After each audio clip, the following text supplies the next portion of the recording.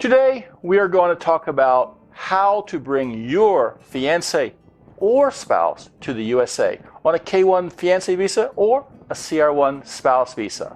So this video is for those who have not quite, decided yet which path is best for them. You are still trying to decide whether to get married first and apply for a CR1 Spouse Visa or stay engaged and apply for the K1 Fiancee Visa and then marry once your partner arrives to the USA. So I'm going to talk about both paths side by side so you'll understand what happens with either, and hopefully this will bring you closer to decide, one way or the other.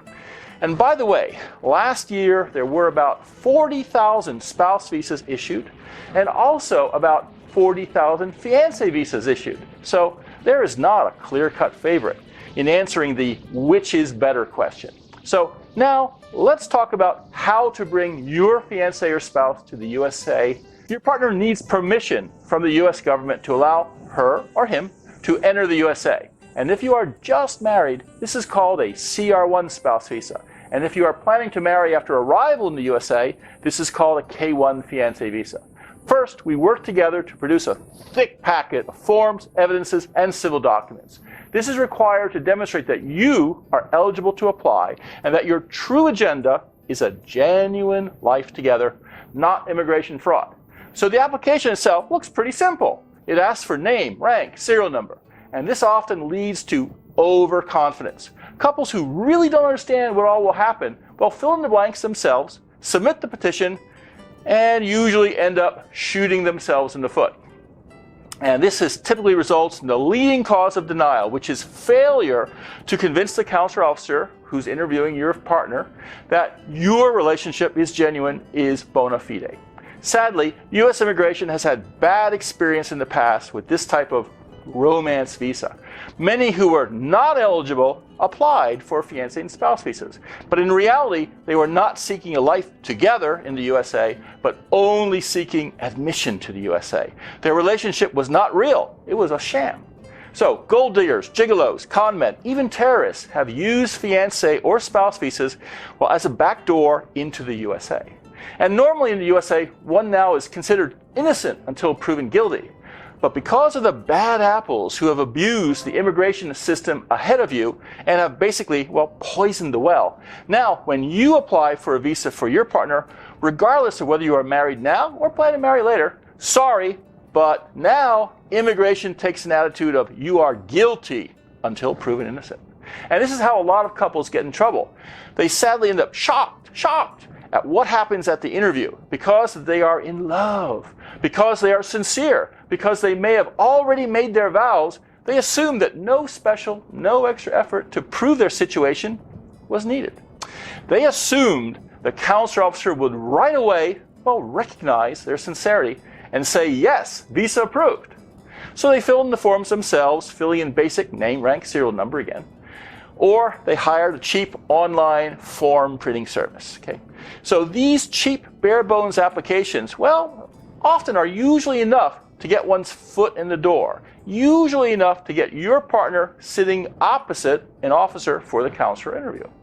Sadly, however, just having your chance at bat, chance to interview, is rarely enough to win approval. It's too often and not nearly enough to demonstrate to the officer that your application is bona fide. Now, without enough information laid out in front of him, the consular officer must stretch, must dig, must ask a lot of questions to hear what he needs to know to make a decision.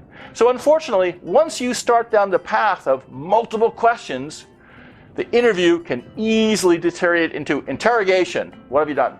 Until the officer feels he can make a yes or no decision. Well, if he's short of time, impatient, closed-minded, or in a bad mood, or if your partner is not fluent in English or fast enough to provide convincing answers, the simpler course for the officer, the safer course that does not risk his career or professional reputation, is to deny. So my signature philosophy at VisaCoach is that we get to achieve success by, doing the consular officer's job for him. The consular officer has been doing his work for a while at the consulate. He has been trained. He has experience. He knows, at least in his mind, what a normal and eligible couple should look like. And he expects an honest couple to have done certain things in certain ways.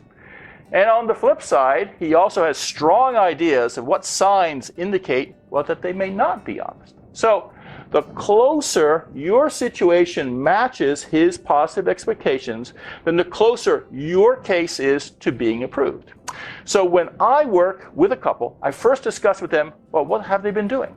Then I explain what the counselor officer they will be interviewed at expects. Then I suggest what actions the couple should take to do the right thing. But just doing the right thing, well, it's not good enough. Next, we need to document that the right thing was done. So I teach my clients ways to create evidences that show what happened. And I review these evidences to pick and choose the most relevant and effective ones. But having evidences that the right thing was done, well, still isn't good enough. Last, we have to make sure that the consular officer gets these evidences, sees them. And that is what a VisaCoach front-loaded application is all about. We include with every application high-quality evidences, specifically demonstrating that you have a bona fide relationship. So we front-load the evidences in the original application because we know that these evidences will get into the counselor officer's hands before the interview starts. We know that the counselor officer always reviews the original application materials before the interview. So my front-loaded applications are crafted, well, to do the counselor officer's job for him. During his review, before your partner sits down in front of his desk, the counselor officer should have already seen and reviewed the type of evidences that allow him to, well, confidently approve your visa. He should be very receptive to say yes, even before the interview actually officially starts. The petition package, well, we put together is mailed to USCIS, U.S. Customs and Immigration Service. Fiancé visas are originally sent to their offices in Dallas, Texas, for sorting to various centers around the USA for processing. While spouse visa applications, well, go to a different address. They go to Chicago. Now, regardless of whether it's a fiancé or spouse application, in 2018, USCIS is taking about 7 to 8 months to do their part to review your case, including an FBI background check of the American sponsor. Sorry, but this amount of time to process is vastly slower than in previous years. And it's due to the executive orders issued by President Trump for USCIS to conduct more vigorous reviews, so-called extreme vetting of all cases. When finished, USCIS hands the case over to the U.S. State Department's National Visa Center, NVC, based in New Hampshire. This is where the paths between fiancé and spouse visa applications branch off from each other. Fiancé visa applications are held only briefly at NVC, usually only a few weeks, just long enough for NVC to assign a new case number and to forward the case via diplomatic pouch to the overseas consulate. For a fiancé visa application, though, NVC gets really involved. They ask you to pay additional fees, and these are paid online, and to submit the required civil documents plus proofs of your financial eligibility. Normally, these are submitted via postal mail, but NVC is currently experimenting with a new system that requires direct upload of evidences from the internet. Some cases are selected for the experiment, and the others follow the traditional path. Either way, it's been pretty confusing. So while the fiancé application went overseas fairly quickly, the spouse visa stays at NVC for 4 to 8 months until NVC is satisfied, and then they pass the case on to the consulate. And for a spouse visa, NVC has already got on the phone and booked a date for the interview, usually about 2 months later. Whereas for a fiancé visa, once the case arrives at the foreign consulate, it's up to you to contact the consulate and schedule the interview. I would update you on what current procedures are at the consulate for fiancé or spouse. And I would guide you and your partner to what needs to be done, well, how to schedule the interview if NVC has not scheduled it already, where to take the medical, what final fees are needed, and what official documents need to be collected. Finally, in the run-up to the interview, fiancé and spouse, I provide detailed, personalized checklists on what all your fiancé should bring with him or her to the consulate on the day of the interview. Now, this is a fiancé or spouse. This is especially important as forgetting to bring a required document can cause, well, weeks of delays. So even if a missing document is provided, well, the next day, sorry, but the consular officers have already moved on to new cases. And for them, it's a low priority to circle around to reopen a case just to confirm a document has finally arrived. 1 to 2 weeks before the interview, well, your partner should have undergone a thorough medical exam and review of his or her vaccinations at a clinic appointed by the consulate. Now, finally, your partner attends the interview at the consulate. This is the big event. During the interview, the consular officer must be convinced your relationship is bona fide and not a sham for immigration purposes. And as previously mentioned, at the interview is where the high-quality VisaCoach front-loaded application, well, typically wins the day. The consular officer always reviews the case file before the interview starts. And we craft your application so that he'll find many good reasons why he should trust you and approve the visa. Even before he invites your fiancé or spouse to sit in front of his desk, we want him to have seen our carefully selected and presented evidences and so be prepared to say yes. Typically, the interview, well, in this case, turns into a fast and friendly formality. Most VisaCoach clients hear welcome to the USA, oh, just 3 or 4 minutes. Now, 1 to 2 weeks later, your partner's passport with visa are delivered back to him or her via courier. And then your partner has 6 months to start the trip to join you in the USA. Here again is where the paths between spouse visa and fiancé visas split up. Arriving on a CR1 Spouse Visa, your spouse is already approved for permanent residency. Usually, your partner's green card, which proves permanent residency has been granted, arrives in the mail about 2 to 3 months later. You are now temporarily done with immigration. However, the new green card is conditional. It's only good for 2 years, and in 2 years we must go back to USCIS to upgrade it. More about this later. Arriving on the K1 Fiancee Visa, you have 90 days, well, to get to know each other better, and if that is what you want to do, to marry. But you don't have to marry, and if you do not, your fiancé, your foreign fiancé, should leave the USA before the 90 days is up. Now, after the wedding, your fiancé doesn't have to leave the country. He or she can remain with you as your spouse. But if you apply to U.S. immigration for permission for him or her to remain in the USA as a lawful permanent resident. This is called adjustment of status. Your new spouse adjusts her status from that of a temporary 90-day fiancé visa visitor to a permanent resident. And at the end of the adjustment of status application process, your spouse, fiancé then spouse, gets what is called the green card. U.S. immigration, still cautious, still skeptical. The green card that is granted is only conditional, meaning it's good for only 2 years. And so now the paths of fiancé and spouse visas join again. You've got your conditional green card.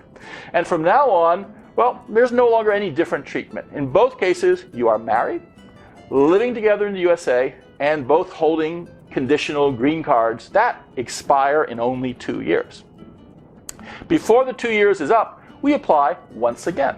This time it is called Application for Removal of Conditions on Residence. We apply, it is granted, and now your spouse gets a regular green card that does not have conditions. And a year later, after a total of 3 years as a permanent resident, your spouse, well, is eligible to apply for U.S. citizen and get a U.S. passport. And don't worry, even though there are many steps, VisaCoach is ready to help you through each and every one.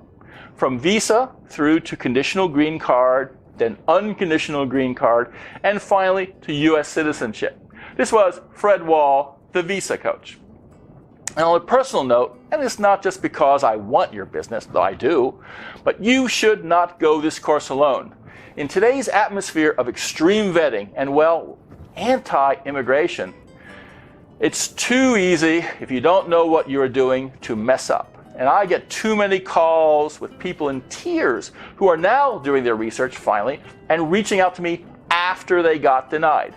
Don't let this happen to you. Now, please like or add your comments to this video, and then go to visacoach.com and sign up for the VisaCoach monthly newsletter. Each month, it's full of tips and advice on marriage-based immigration, and free of charge.